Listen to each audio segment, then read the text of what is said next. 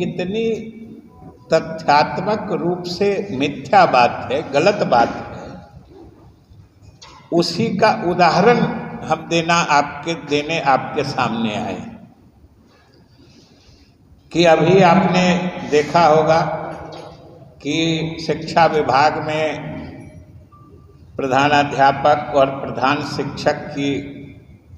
हजारों नियुक्तियां हो रही हैं।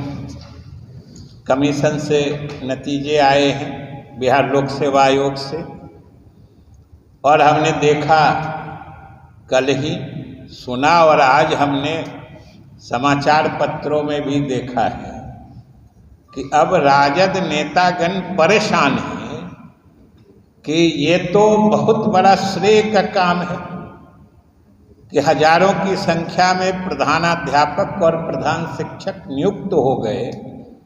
और वह भी पारदर्शी तरीके से योग्य शिक्षकों की नियुक्ति हुई है। अब लोगों में इसका इतना सकारात्मक असर है कि अब इनको चिंता और बेचैनी होने लगी कि इसके श्रेय लेने में हम कैसे घुस सकते हैं, और भ्रम फैलाने के लिए लगातार बधाई धन्यवाद देते हुए कि ये सारे निर्णय हमारे समय में थे। यह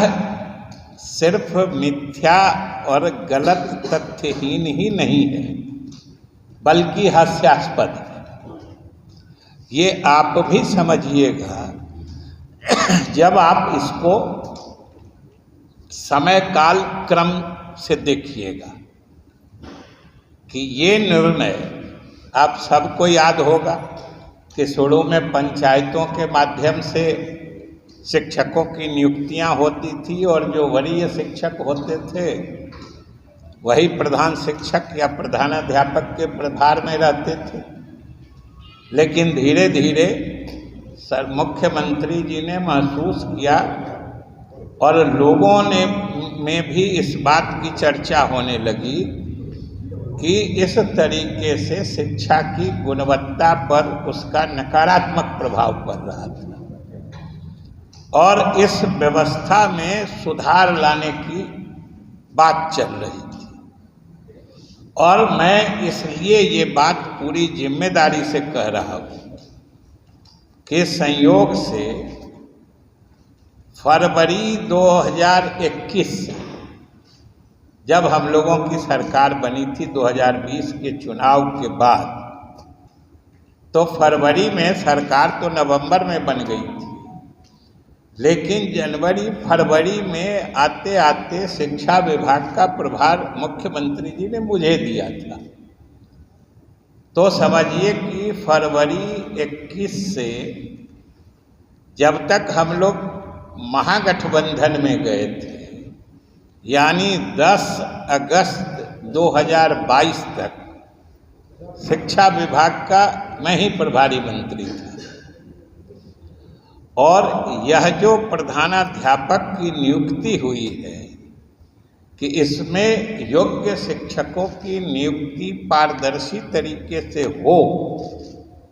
इसके संबंध में मुख्यमंत्री जी से परामर्श करके उनके निर्देशानुसार ये फैसला कि हम लोग बिहार लोक सेवा आयोग के माध्यम से प्रधानाध्यापक की नियुक्ति करेंगे, ये फैसला उसी समय का अगस्त 2021 का ये नियुक्ति करने का फैसला जो हम लोग बीपीएससी से करेंगे। अब आप समझिए कि जो लोग सरकार में आए, या सही कहें तो जिन लोगों को मुख्यमंत्री जी ने सरकार में शामिल होने का मौका ही दिया, 10 अगस्त 2022 को, वो आज कह रहे हैं कि जो निर्णय अगस्त 2021 में हुआ वो निर्णय हमने कराया था। कितनी हास्यास्पद बात। और उसी के बाद मार्च में हम लोगों ने, हम ही शिक्षा मंत्री थे, हमने उस उसको फॉलो करके मार्च 2022 में ये पहला विज्ञापन आया था। अभी जो नियुक्तियां हुई हैं ये भी समझ लीजिए कि इस प्रक्रिया से ये नियुक्तियों का दूसरा चरण है। पहला चरण मार्च 2022 में ही हो चुका है, जब एनडीए की हुकूमत थी और हम शिक्षा मंत्री थे। इसके नतीजे भी अगस्त में ही आ गए थे, नई सरकार बनने के पहले, और केवल नतीजे आ गए, प्रधानाध्यापक चुन लिए गए थे और उनके सिर्फ नियुक्ति पत्र मिल गया था। वितरण की तिथि हम लोगों ने नई सरकार में रखी थी, जो ज्ञान भवन में मुख्यमंत्री के माध्यम से हमने नियुक्ति पत्र नवनियुक्त प्रधानाध्यापकों के बीच वितरित किया था। अब आप सोचिए कि कितना हास्यास्पद है उन नियुक्तियों का श्रेय लेने की जो मन में बेचैनी है, ये समझ सकते हैं। और उसी समय